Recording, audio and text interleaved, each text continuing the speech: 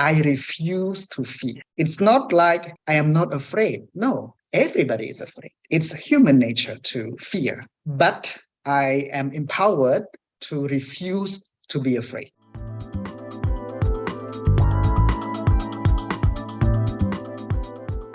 Hello, everyone. Thanks for tuning in to another episode of From the Magic Pencil, Voices of Writing Through.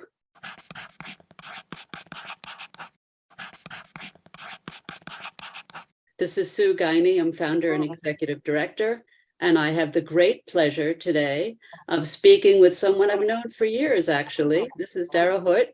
He is the chief executive of Phare Performing Social Enterprise, based in Siem Reap, Cambodia. Hello, Dara. It's great to speak with you. Thank you for coming. Hello, Sue. Jumrip Sue. Hi, everyone. It is my pleasure to be with you, and we've known each other for a very long time. And I just want to say thank you for all the actions that you have been doing in Cambodia.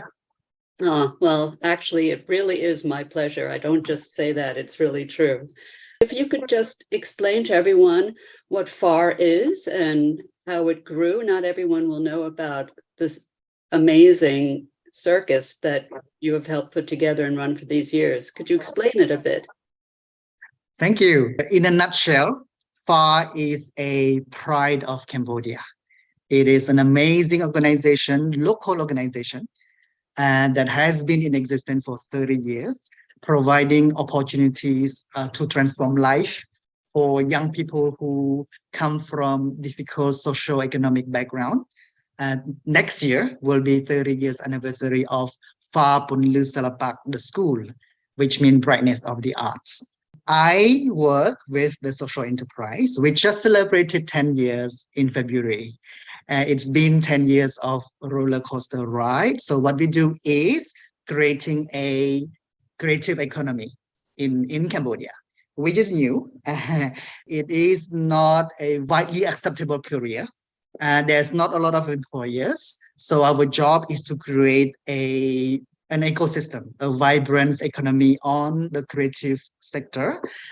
So we run a circus performance every night in Siem Reap, 365 days a year, and sometimes 2 shows a day when we are full. And we tour around the world. We are going to Taiwan in July. We are going to Canada and United States, New York. Canada is Montreal, and New York, New Victory Theatre in November and December. We, at the same time, run a digital media production company in graphic design, film, and animation, specializing on social and behavior change communication, which is everything awareness building, education, and helping people understand better and change for the better in their life. And that's our specialty. Right. Thank you. Maybe you can explain a little bit about what the circus is like, because certainly in the West, circus can mean a lot of things. It can mean lion tamers and bears and things, which is not what you do at all. Well, circus is an inspiration. Circus is something that human may think it's not possible. And to Phare, circus is a tool for life transformation. Not only about the economic value that is created, but also the intrinsic value that it gives, as well as the inspiration that it creates. So Phare is a contemporary circus company, which means there's no animal, which means it is a theatrical live performances that infuse dance, theater, music, circus. It must be live music, by the way, and to tell a story. And the story we choose to tell are usually either Cambodian folks or contemporary issues in Cambodia today. So today we are rotating 7 shows, for example, one of which deal with the theme of power and the abuse of power, which is universal. One of which deal with the theme of drug and nightlife and youth and the contemporary issue today. One deal with discrimination and forgiveness and harmony in society. We are going to create a new show next year, which will deal with the theme of climate change and climate action. So we love to speak about contemporary issues. We love to spark conversations. We love to make people have a question mark when they leave the show, have a smile, but a question mark, have a deeper understanding of Cambodia and who these people are, where they come from, why they're on stage now, and what they're doing, what they're telling everybody. It's very important to us. We have a very important role to play, and we are the messenger and the ambassador of Cambodian cultures. Thank you. It really is an amazing experience. I've gone to Phare many, many, many times, and I've seen, I think, probably most of the performances and the shows that you've developed. And one of the things that really surprised me, honestly, when we first started to get to know each other and to speak years ago, maybe almost 10 years ago now, is that when I thought about my experience of being a spectator at Phare, I was overwhelmed by the acrobats. I saw the people who were performing as acrobats, but you always described them as artists.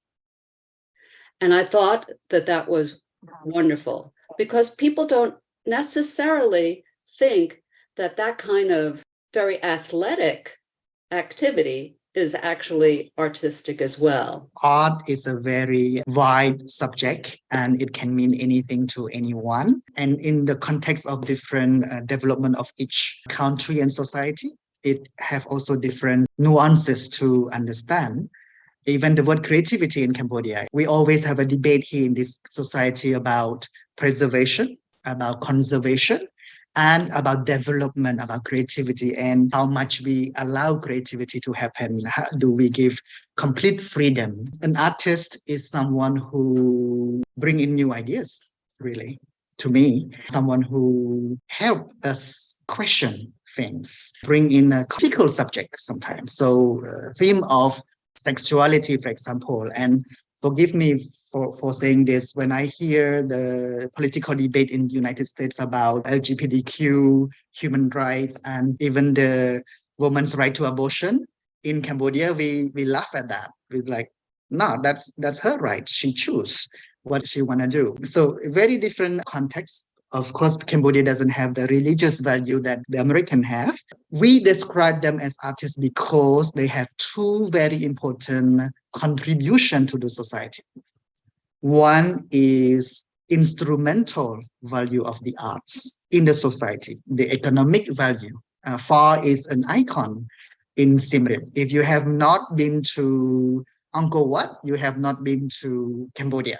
And if you have not been to Phare, then you have not been to Siem Reap. It's as simple as that. The instrumental value that it brings, the economy that it creates, all the usefulness that it can give. I should talk about the intrinsic value of the arts, which is something very internal, something very difficult to describe.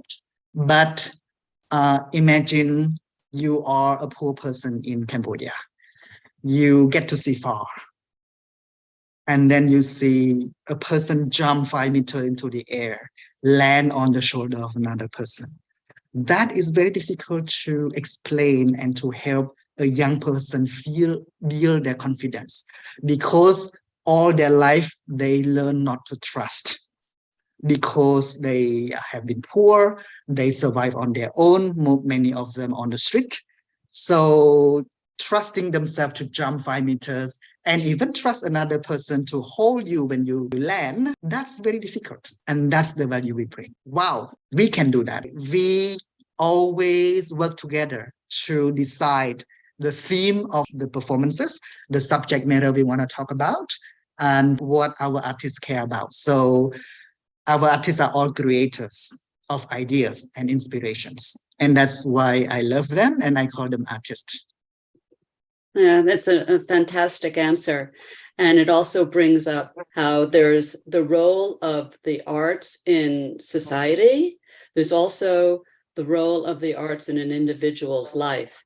And certainly in the West, people don't see a viable way of living a life, of making a living if you're an artist. That idea that you can actually pursue a life as an artist, and you could support yourself, perhaps your family. That's a very difficult one, certainly in the West. But what I see you doing at Phare is that you are showing individuals that they can have the opportunity to live their lives as artists as well. More or less, that's correct, which means we make sure that the minimum amount of income that an artist earns is above average in Cambodia. Without performing in any outside event or touring around the world, would earn a minimum between $450 to $500 monthly, working for 10 days a month only. Because we work with 4 different group of artists, we rotate their schedule. Every 5 days, we change a new show, which we guarantee that they have a sustainable level of income that they can support themselves and their family. This will not make them rich. This may not allow a saving, which we can supplement the income by performing in other private events. We are very popular in temple dinner and in corporate product lounge and many events, and we tour around the world. And when they get to tour, artists will make a significant amount of money. In that case, they can use that money for an investment in their life. It can be a small piece of land. It can be a little small house. It depends on how much they earn. That's how they generally develop their life. We try to do our best. It's not very easy because we work with 40 artists in total, and we continue to receive students from the school that graduate. So we have to expand and create new projects so that we can help everybody have some level of job and income. We hope there will be more and more and more players in the cultural and creative sector to create more jobs. And I hope for artists themselves and for people will go out to create jobs for themselves and for other people as well. And now if we could bring it to you a little bit, you don't actually perform, and yet I see you as a very creative person. And I wonder if you feel as if you live a creative life. You know, Sue, every single moment in life is an opportunity to be creative, to live a life we want to live.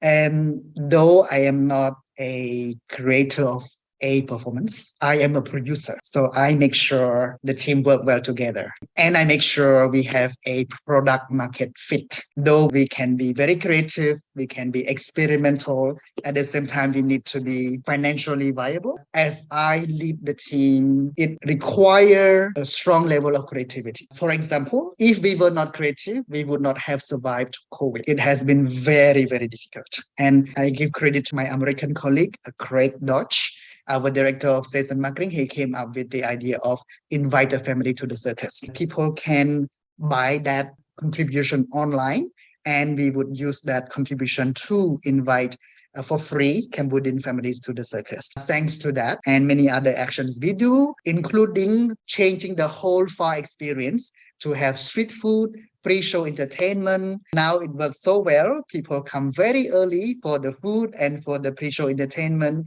It's not just for the circus anymore. It's a full evening experience. Because of that, everybody contributed with many creative ideas. We come out of COVID strong and better, I think. So I feel creativity is a basic need and we all need this. I hope there are more opportunities in school, in the public education and at work to allow people to be in their free spirit and freedom to create, to try, to test, and to come up with new ideas. Beautifully said, and I completely agree with you. And yet I sit here and I wonder, how did these kind of thinking skills and this creativity come about? Because you grew up in the Cambodian educational system, correct? Yes, and this is a system where creativity is not very much encouraged. And even the definition of creativity itself is very blur and there's no clear understanding of what it means. But when I was young, I always have a very inquiring mind. I always ask questions. Why the plane fly?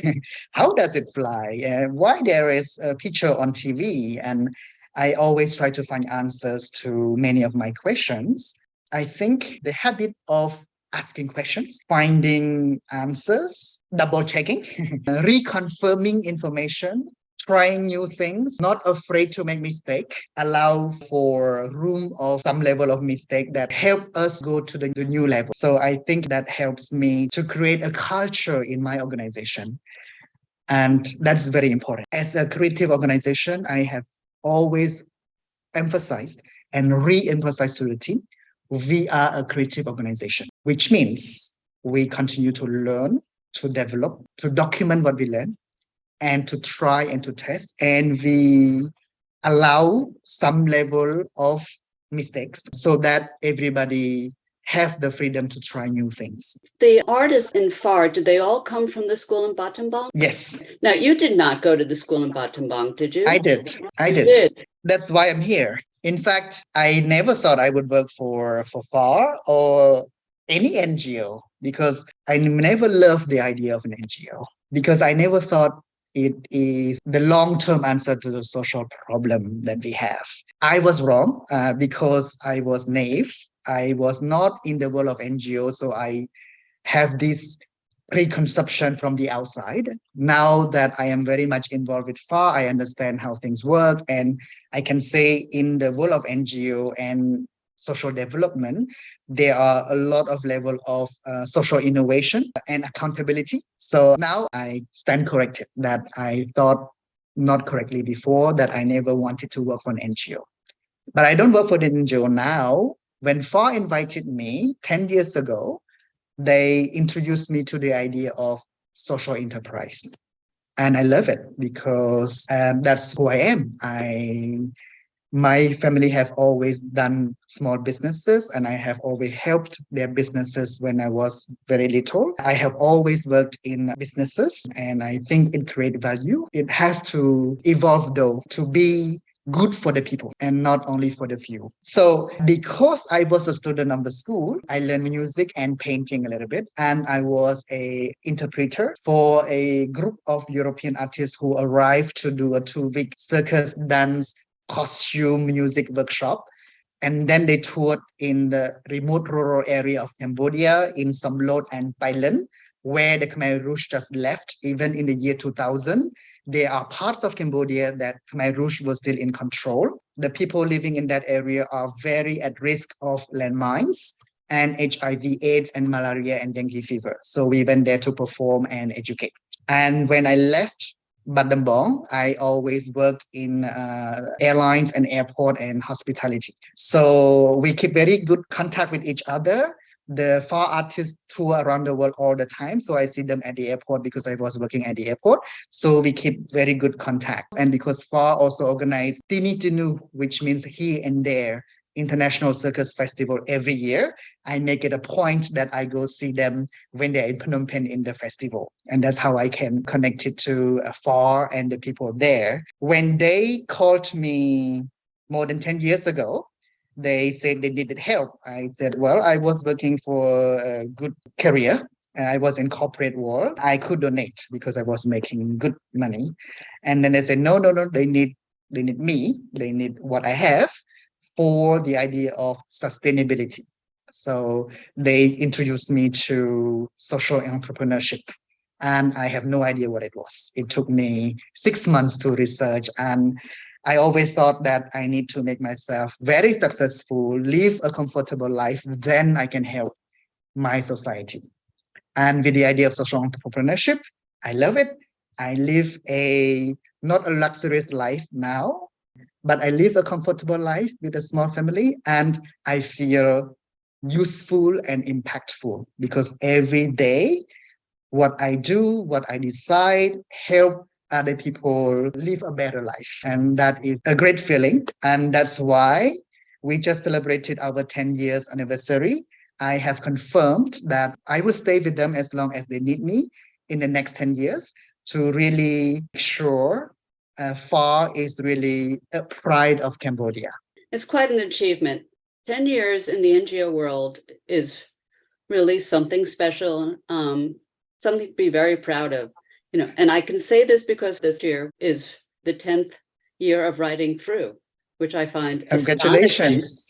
Astonishing. Congratulations. See, we both goes a long way. Lucky me that not fully in the NGO world where I have to do a lot of fundraising, I do social entrepreneurship. So I do business strategy. I create vision, I create organizational culture, I create processes and the environment where people can be creative. We earn money from business. We provide a service. We provide an amazing experiences where people will remember all their life and talk about it and tell other people to come. I'm a little bit more fortunate to have a product that is hot in the market. People Yeah. buy. If I were to purely do fundraising, it would be very difficult. Then that's not my experiences and skill set. So I hope writing through would continue to thrive. And if there is anything I can do, or support or collaborate, please let me know. Oh, well, thank you very much. And I am sure that I will take you up on that at some point. But it reminds me actually of two things. It reminds me of one of the first writing through workshops we did, which was at Phare. Four artists participated. They wrote poem and they went on stage to read the poem. And it's very ironic because we thought four artists are always very confident because they perform on stage all the time, right? Well, only when they get to perform on stage, then they have their character, then they live that character. But if they have to do something else, then they are not super confident, especially in English. Absolutely. And I remember one of the artists who worked with us, Kakada, one of the things that he does is he jumps through fire. And I would say to him, you're crazy. How could you do that? You jumped, aren't you frightened? He said, no, it's nothing. It's not a problem at all. But then after our big event, when he had to come up and read his beautiful poem that he read, afterwards he came up and he said to me, I am more nervous doing that than jumping through fire. Yes. Yes. And that amazed me. Yes. And Kakada is a very good example. He has built a very strong confidence. Today, he is an entrepreneur. He has a business in Battambang. Oh, really? Wonderful. Yes. When you go to Battambang, you can visit him. I will. That's great. But this idea of taking risks, which is so important, not only to artists, to everyone, one of the issues that everyone has is that what I call the little critic sitting on your shoulder, who is always whispering in your ear, oh no, that's wrong. We all have to deal with that inner critic. What I always say is the word no is the death knell of creativity.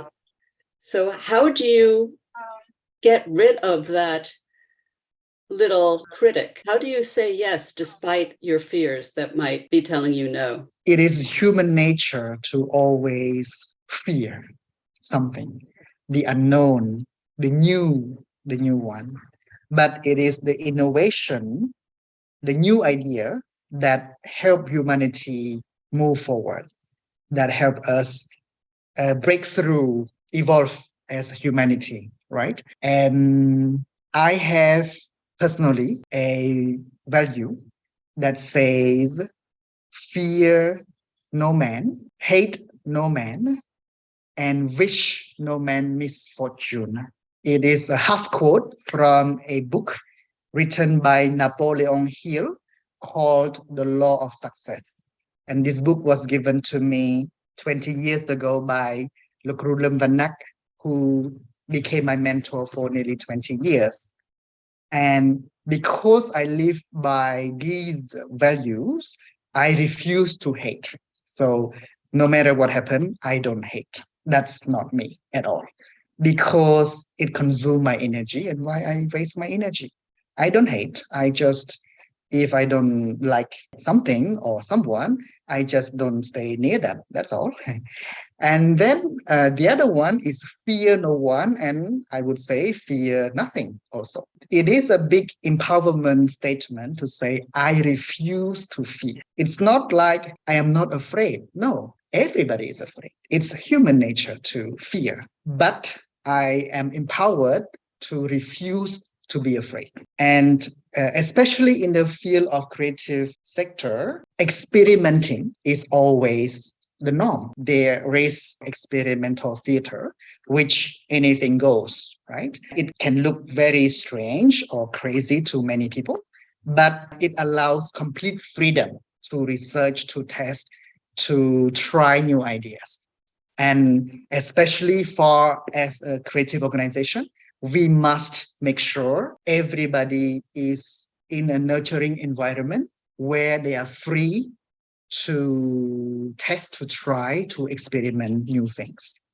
Safely though, because we are circus, which means safety standard must be very strong. There are some limitation of what can be tested, but everybody is free to try new things in a safe way. Right. And so it gives you the ability to say yes to any wild idea you might have, knowing that together you can find a safe way to make it happen. Yes. At the same time, the wild idea has to fit a few boxes. First, safety. Second, market. Because we, as Cambodia is a very non-social country, which means there's no social transfers, especially in the art, there's no funding from the government, which means we cannot afford to be art for the art's sake. We have to tick another box, which is commercially viable. The product, someone must be willing to buy it. So we have some level of limitation because of our context.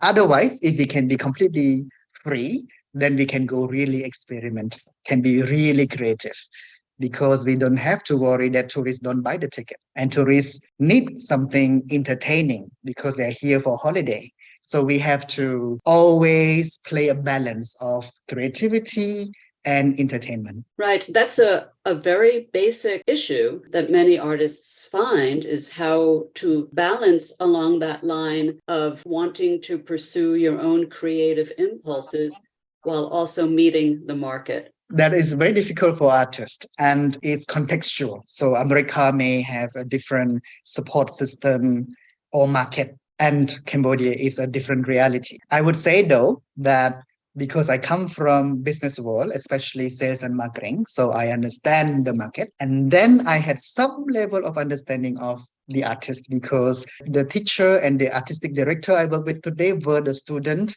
in the school when I was a student there and also a interpreter. So we have very close, relationship. We exchange, we discuss, and we, in French, they say on s'entend. We hear each other, we understand each other, and I can help them understand the market, and I can still help them be happy that they are free to create in their creative pursuit by agreeing with the limitation that we have. And I know when I present this to European artists who come to work with us, they look completely puzzled.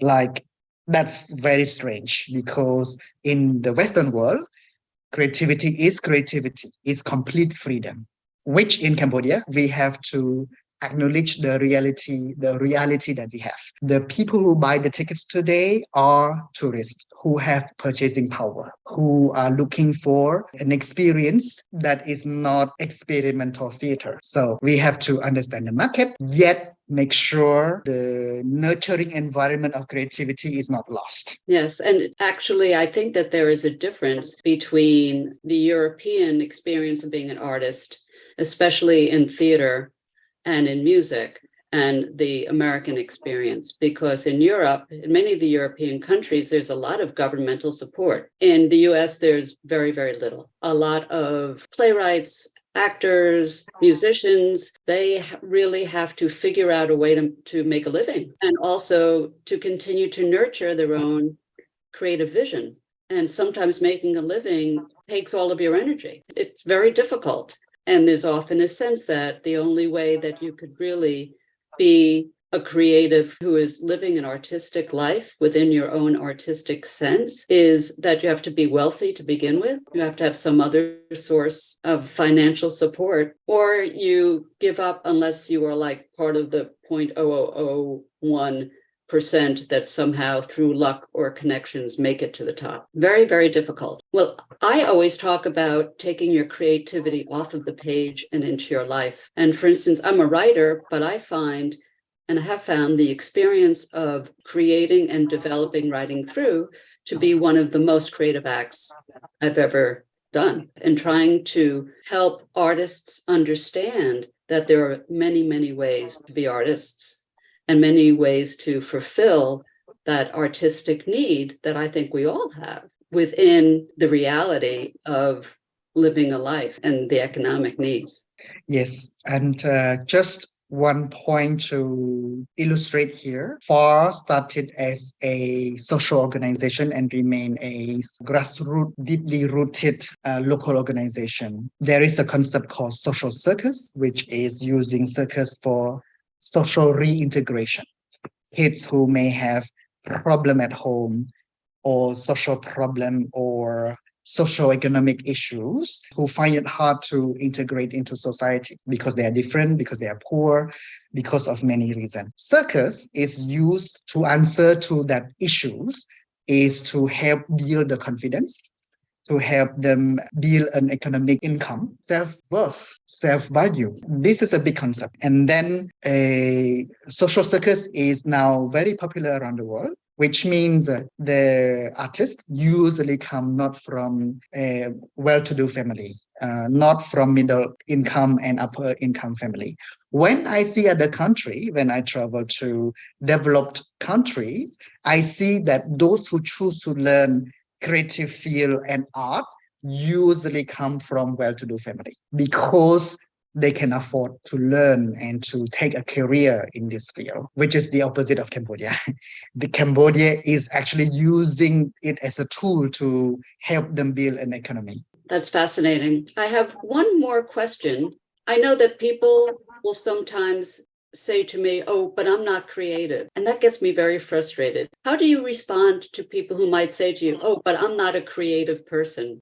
They may think creativity needs to be something big, something breakthrough, something very innovative. Every single act on our daily basis require some level of creativity, which means you decide what to wear, you express yourself, you make yourself feel comfortable, you decide what color of things you use. That is part of your creative choice, in my opinion. The way you write an email to your colleague or your client, that is a creative action. Every single step requires some level of creativity. I acknowledge that there can be some wow moment when we say, whoa, this is really creative. But it doesn't have to be that way. It doesn't have to be the big one.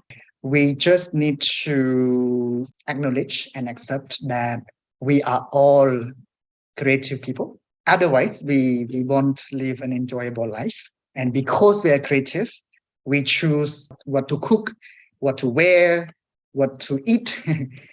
These are all creative fields. My advice is just look around you and see how many creative elements that is around you and you engage with it on a daily basis. And therefore, you are creative. Well, that's beautiful. I think a perfect way of summing up this entire conversation. I just want to thank you again so much, Dara. It's been fascinating, as always, to talk to you. It's a pleasure to be with you today.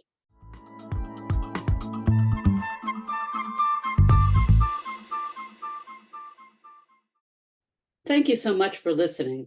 And if you liked this, please do subscribe and give us a review. That really helps us a lot.